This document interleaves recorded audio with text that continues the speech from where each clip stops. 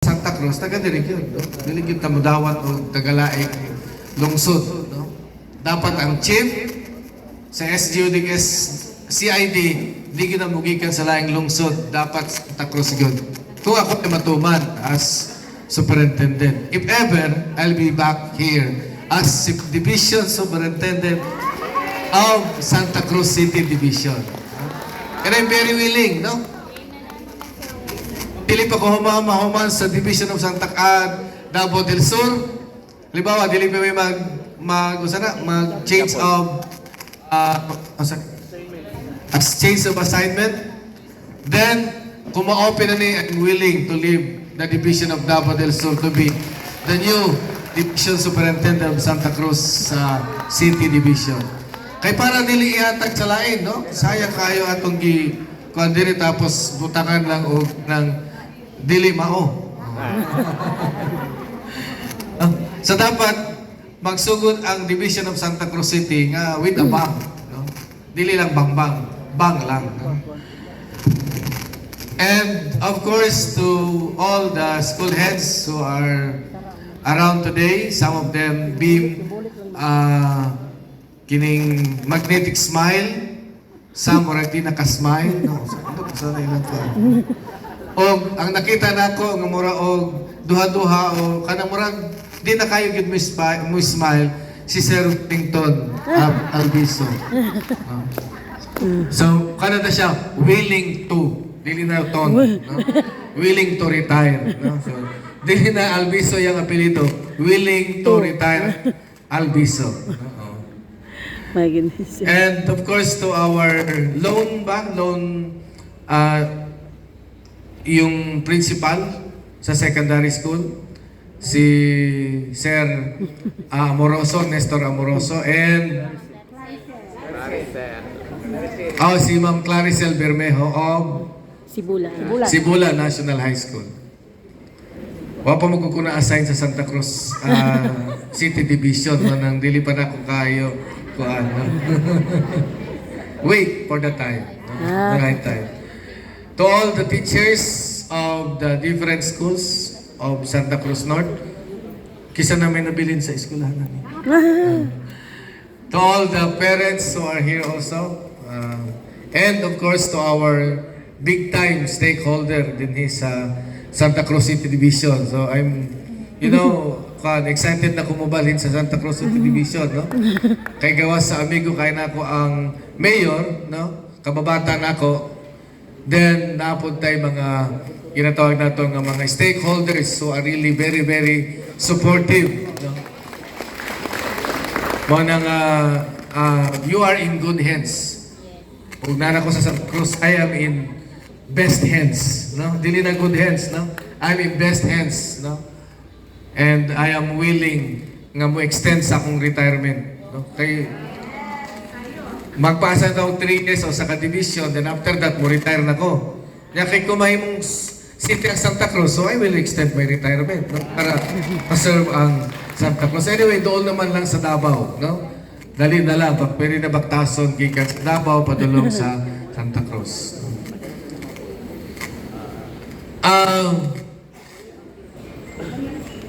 I am very happy tonight naman.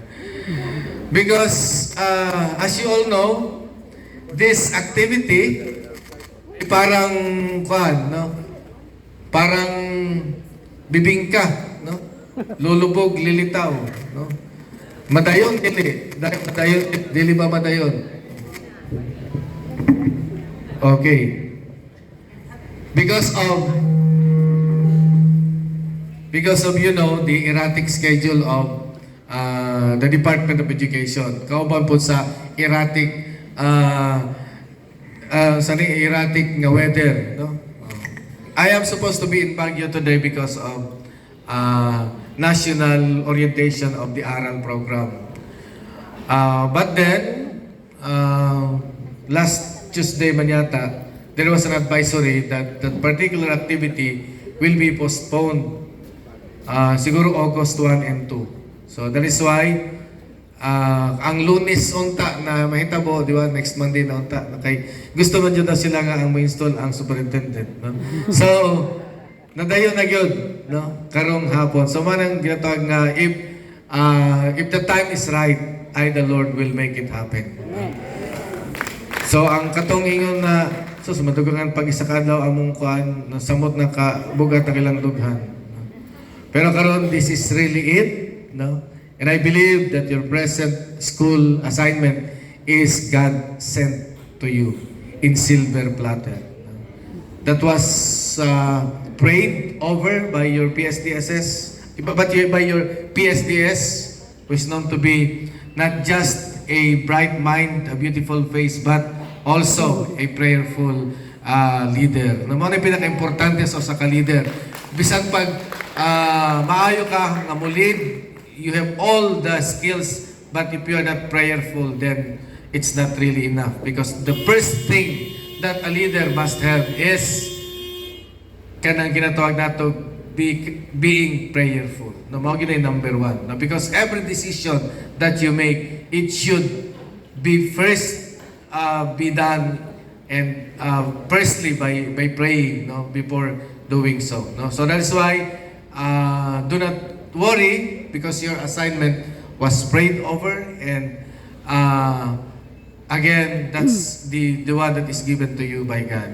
So for those who will now be leaving their former school assignments, former na kay man mo hatag sa inyong out of commitment, I am looking forward that you'll give not only 100% of the kind of service that you give to them, but even more than that.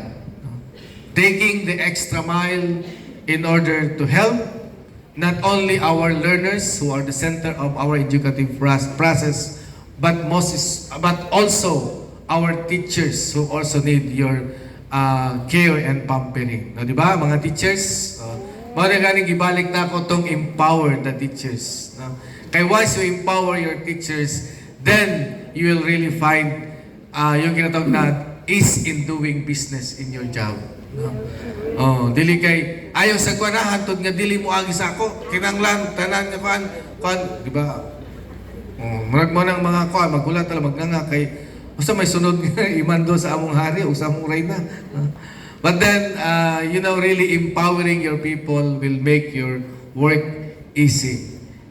But not just empowering but also capacitating them, because your teachers will be the future leaders who will also take your role when you retire. No, kay na may uban diri nga mura og retireable na pod, no? So kini ato ang mga teachers nagkuan na ni nagulat ra ni nga mo retire mo para mo puli sila. Right. Anyway, natin ginatawag karon nga kining progression scheme, no, na bago, which is really advantageous to our teachers and our principals, because they will not be anymore praying nga unta masakit ning among master teacher or matigi yung tanig among principal para makapuli sila, but they are now going to follow their own item, their own plantilla item, and they will retire according to their qualification, not according whether duol ba siya sa principal, duol siya sa luwag o unsa ba. Basta ang ikaw gyud ang mag-follow sa imuhang ginatawag na plantilla item. So as I have been saying 2 or 3 years ago when I first sat as your superintendent, there is a new progression scheme that will be approved by the central office. And I even told I do not know katong mga teachers atong nga time, katong during sa division caravan, that you start taking or finishing your MA or doctorate degree, because that will help you in getting that master teacher or principal 2, 3, 4 items or plantilla items. So daghan ang naminaw, daghan po ang wala. Okay, wala man sila nagpadayon og eskwela, no, kaya ang ilang hingon daghan pa magud may ginaatiman sa among pamilya. So it's only what you call a balance of time and a balance of your resources, no? Because who will help you if you will not help yourself? Muna ginatawag na bahin-bahinon ang gamay nga katigayunan aron nga maabot ang tanang gustong abuton. And you know, academic advancement is very, very important for us educators because that will make us enjoy the promotion that are now being given 90 million, no? 90 million ang para sa atong promotion karon nga tuig, no? Og sunod tuig. So dapat mapun-an gyud na. So katong wala pa gyud kasagod, dili pa ulay ang tanan, no? Humanan ninyo ang inyong MA.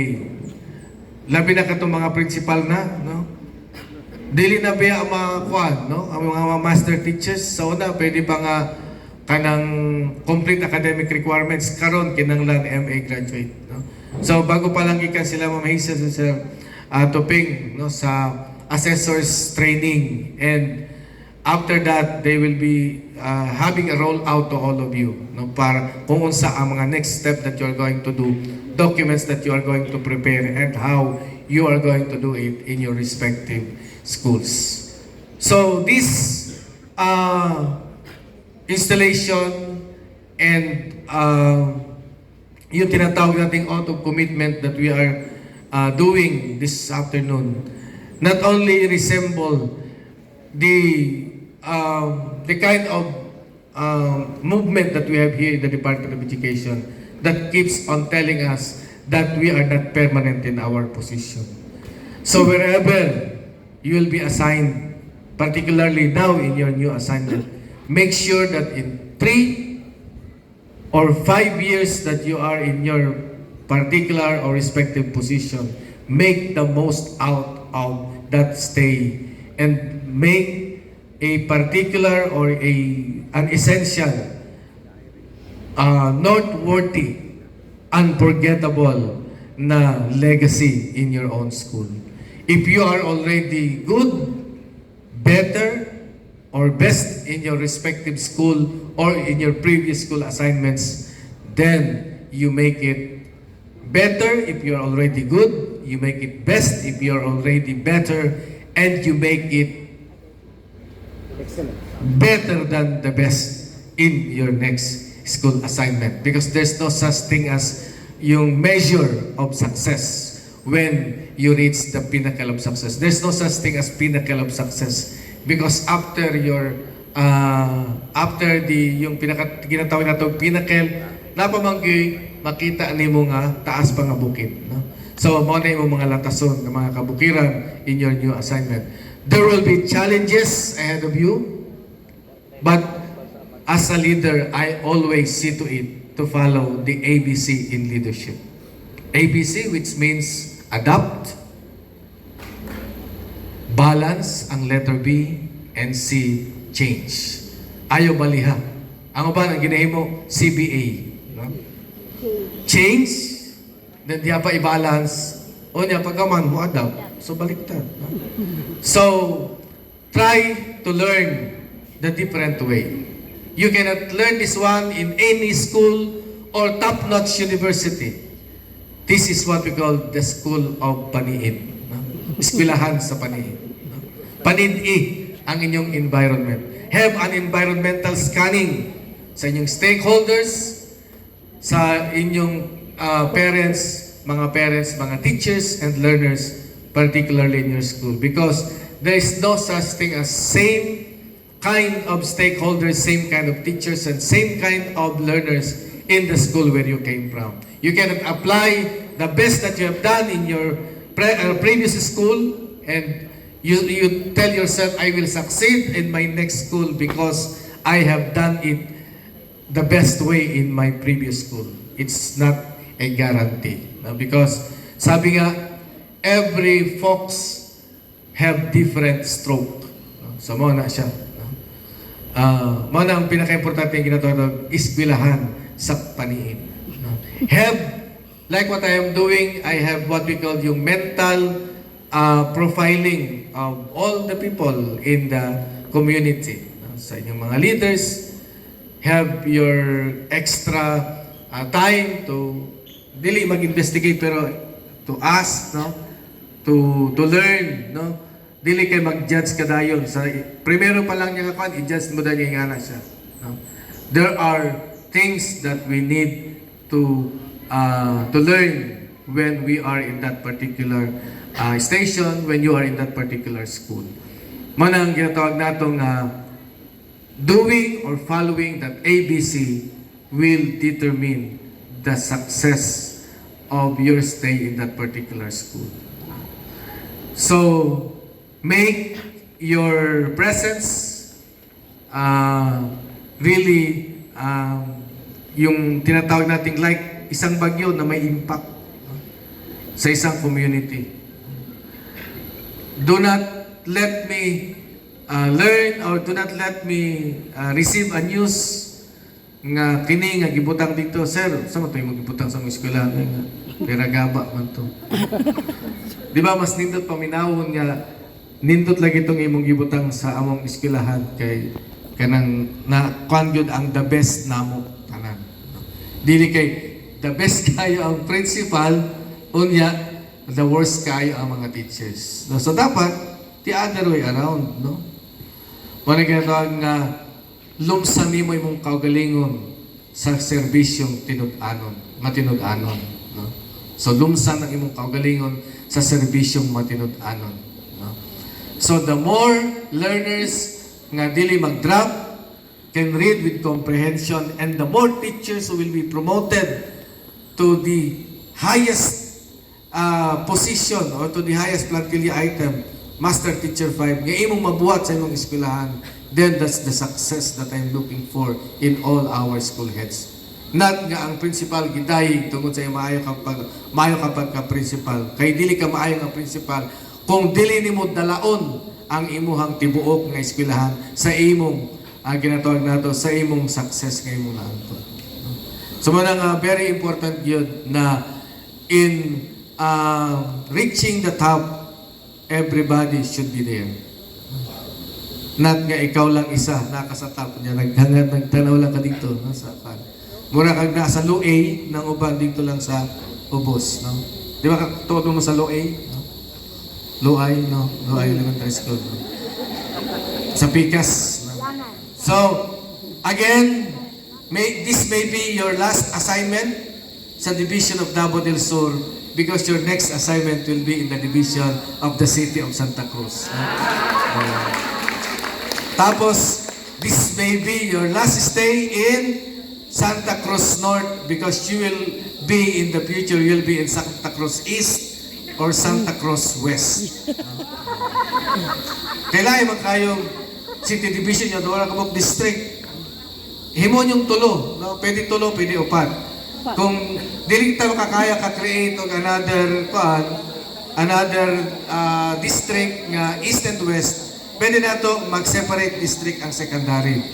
No, secondary school district of the City of Santa Cruz. By the way, do not quote me telling this kay nabe mga tao nga dili gusto ma-City of Santa Cruz. No? So, I am in the middle side of it. Dili ko ingon nga will be campaigning nga mahimo na. Although it's an advantage for the assistant superintendent and superintendent.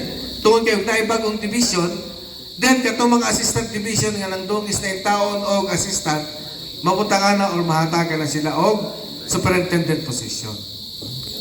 O gani, usay willing ko nga mag-retire og sayo para makapasok lang tong uban nga mga assistant superintendent nga mas bata pa sa ako. But God who is the most powerful will really bring you to where you should be. Namanang permit yun ta magampo, mao ginatong kanang ginatawag natong hinagiban nga dili gyud makuha sa ato. So to all of you, again, to our newly installed school principal and school heads of the different schools, I am looking forward and will be praying for your success, and let us help one another in attaining those success. Dili na mo ingon tong uban nga Unsa man imong gihimo sa akong eskwelahan sa una nga pabayaan na to, no? Ay na to gunahon na atong mga bisag ko sa imong gipang put up dito. Pasang din ang bagong principal or bagong school head nga maggama sa iyang kaugalingon nga legacy, no? So, ahuna-una ala nga kung dili niya ma-maintain kung sa to kanindot ang imong gihimo, iyahan na ng problema. No? Ang mas maayo tabangan nimo siya kung unsaon, no? Kanang mga sa mga yusa man yung pagkuan, nga nga pagtabang di kay ini mo naon sa man ka, wala man ka nagkuan sa, di ba? Lain na kayo ang dating, no? But if he or she will be asking for your help, then by all means give it. Kanto pong uban, ayaw mo nung pagpanuko o pangutana, no?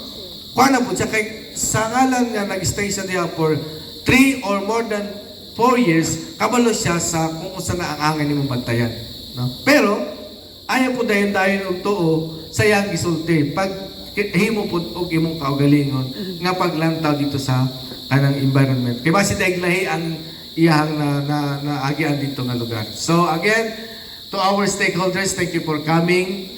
It's a manifestation of your great support to the Department of Education nga naamo, no, your presence really means a lot to all of us because we know that we are not alone in our advocacy to make really education to our children to really reach that quality that we desire. Now, salamat sa inyong tanan. And to all our teachers, hangyo tamong suportahan nato. Let our school heads fly. Help them to fly so that together you will be also flying with them. Again, good afternoon and mabuhay tayong lahat. Thank you so